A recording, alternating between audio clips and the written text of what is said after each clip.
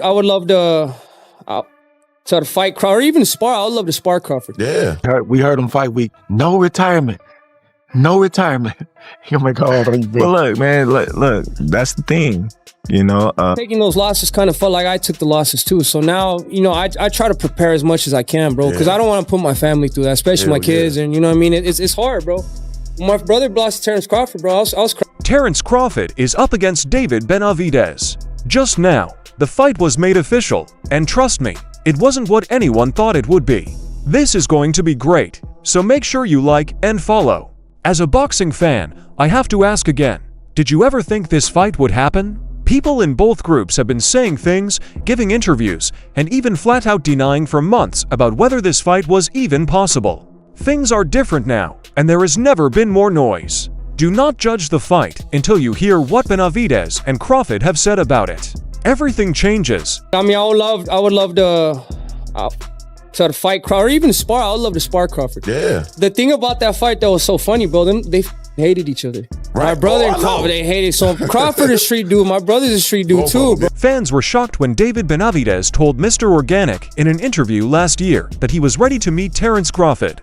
The only reason is pure payback. Crawford beat his brother Jose Benavidez Jr. in 2018 already. David didn't hold back. I'd like to get revenge, but I don't think he'll show up, he said. Terence Crawford and I would like to fight or train at some point. That remark quickly caused a stir on the internet. Fans began to ask, could Crawford, known for dismantling larger opponents with surgical precision, really take on a monster like Benavidez? It sowed the seeds for a dream fight? To be honest with you, man, let Terence Crawford live. That's his weight class. Okay. I lost interest in 168 a long time ago. You know, I mean, I know that we could get offered a lot of money to go down to 168, but I'm more comfortable at 175. I'm chasing better beef. I'm chasing Bivol. You know, I'm chasing these other big. I'm chasing Zurdo Ramirez at cruiserweight. You know what I mean? But wait, there's more. Everyone was shocked by what Benavidez said about Crawford recently, which made the story very different. So now that Crawford has won his amazing fight against Canelo Alvarez, things have changed in Benavidez's team. Benavidez made it clear that he had no plans to return to super middleweight, so he didn't follow Crawford. Inside the ring, he said, to be honest, Terence Crawford deserves to live. That's his weight group. I stopped caring about 168 a long time ago. And I understand that we could get a lot of money to move down. But I still like 175. At cruiserweight, I'm after beater, Del Zurdo, and Ramirez. A few months ago, this was a big surprise. He teased fans with the idea of settling the score with buttocks, but now he says it's old news. Instead, he is getting ready to defend his WBC light heavyweight title against British boxer Anthony Yarde in Riyadh on November 22nd.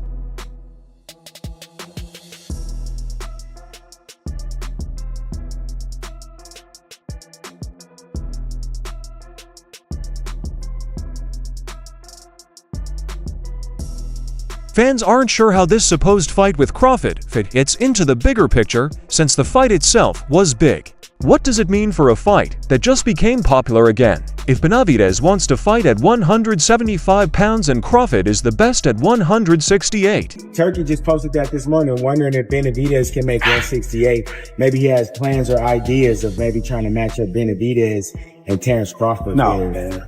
No, we ain't doing that fight. Maybe planning on vacating the belts. No, we ain't gonna vacate the belts. You know, we just gonna sit where we need to sit for a minute, and then, just like I said, get back in the gym. Brian Bullock McIntyre, Terence Crawford's manager, tried to calm things down. Bulma spoke freely when she was interviewed by Fight Hype. We're not fighting Benavidez, dude. We're not going to leave the belts, you know? We'll just take a moment to sit where we need to, and then, as we said before, go back to the gym and do our thing. This remark only added to the speculation. If Crawford's team has officially ruled out the Benavidez fight, then why is it still being talked about a lot behind closed doors? Is this just another case of promoters and Saudi backers making big money deals to stir things up? Or is it possible that, despite what they say, both sides know that the money and reputation at stake in this fight are too high to ignore? I was 100% confident in himself. I don't know why he wouldn't fight me. especially since, seeing that everybody in his team is on steroids, which means including him, so he never got off You think he's on steroids. steroids? Of course. Sure. How does five You saw De La Hoya call him out. how do five people out of your camp get tested positive for steroids? Right. You know what I mean? All those fucking dudes in that camp are dirty. Saudi Arabia is an important part of modern boxing. Turki Alalik, who has been in charge of some of the biggest fights in recent years, said that Benavidez might fight Canelo Alvarez as part of his 4-fight deal with Riyadh this season. Now things start to get interesting. In the past, the Saudis have set up fights that didn't seem possible, often by offering record-breaking amounts of money to boxers who weren't interested before. Because of this, Saudi power is still strong, even though Benavidez said he had moved on from 168 and Crawford's camp said the fight would not happen. When it comes to boxing, money usually makes the fights that fans want to see happen. People who are promoting Crawford versus Benavidez think it will sell a lot of tickets.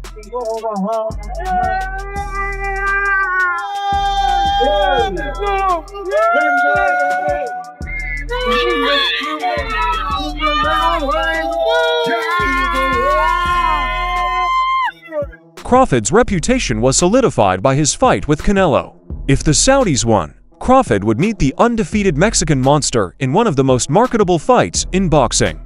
Don't be shocked if both fighters suddenly feel attracted to each other again after saying they were over it. Crawford, on the other hand, might have very different goals. After beating Canelo, Crawford didn't look like he wanted to start a new fight. During conversations, he often said that he was relaxing and having fun with his family. He said that he hadn't even talked about what would happen next with his team. Just, enjoying my family, enjoying, to be able to say, look what I accomplished or what I'm about to accomplish next. So I'm just chilling right now. I haven't even got the time to sit down with my team and talk with them and, things like that. Fans were confused by what he said. Are you Crawford thinking about quitting when you're at the top of your game? He is now 37 years old, has never lost 42-0, and is the undisputed champion of 3 different weight classes. No other man boxer has ever done this. Crawford says that his family has already told him what they want him to do next. Even though he didn't say it, it looked like they wanted him to leave while he was ahead. That's where the stress is. Is it too late to fight with Benavidez if Crawford's reputation has already been set? Is he ready for one more test, one more scary fight that will solidify his place among boxing's greats? More fuel has been added to the fire by Crawford's recent news stories outside of the ring. A few weeks after beating Canelo, Omaha cops pulled him over for driving too fast. The problem got worse over time. Step out. I'm opening the door. You can take I'm opening the door. Right here on my right. I'm keeping my fucking hands up. I'm not reaching for no gun, bro. Step out. Can I move my phone? When police found a gun on the floor, they held him and his friends at gunpoint. The story spread all over the country. Following this, Crawford was given a fine for going too fast, and a member of his security team was found with a legal gun. No one was caught, and the police confirmed that everyone inside was legally allowed to have guns. Still, a film of the stop went viral, which made people worrying about how champions are treated in their own communities. Some fans said that the distraction would make it harder for Crawford to focus. Others said this is the kind of problem that happens outside of the ring that makes his dominance in the ring stand out. In the Nanny case, Crawford is being questioned by the police and rumors say that he is retiring, but Benavidez is still focused on defending his crown. And while Crawford fights outside the ring, Benavidez is only thinking about what's going on inside. There's more to talk about than just Crawford versus Benavidez. Some of the most famous boxers have said what they think. And not all of it is good. Because Floyd Mayweather toyed with Canelo. Like, he literally toyed with him. He didn't get hit at all. Not one time. Oscar De La Hoya said that Floyd Mayweather is much better than Crawford. He said that Bud is a great fighter, but Mayweather's precise skills put him on a whole other level. That made fans very angry, and many of them doubted Crawford's ability to fight Mayweather without first facing a giant like Benavidez. Until then, the UFC world, Ilia Topuria says that if you guys ever boxed, he would knock you out based on the first punch. That dude drunk, hey, you know, a lot of MMA guys, they drink a lot, so he must have been on that alcohol that day. Roy Jones Jr. gave a different point of view. Jones thinks Crawford will quit soon, but if he doesn't, he thinks Crawford deserves a crossover event, maybe against Ilya Topuria. The idea is strange, but it shows how important Crawford has become. He is finally getting the worldwide attention he has been looking for years, which could lead to fights that aren't usually boxing related. All of this brings up a very important question. Will David Benavidez really show how great Crawford was? Is Crawford already thinking about things besides boxing? When it comes down to it, this fight is about more than just titles. It's a huge mix of styles and traditions. On one side, there's Avid, the Mexican monster who is younger, bigger, and more determined.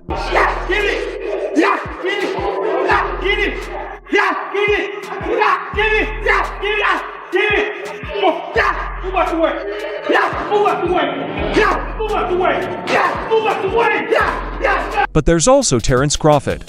He has never lost a fight and is thought to be the best fighter of his age. Competence versus size. History versus speed. A hero fights off a monster that wants to steal his throne. One man wants to make history, and the other wants to be great. The wind has to turn around. Which boxer will become the most feared in the world? Please write your ideas and comments below. Thing that was funny, so we had went to Omaha the last 3 weeks of the fight, so we're there training. So my brother's like, nah, I want to go show love to everybody in his hood.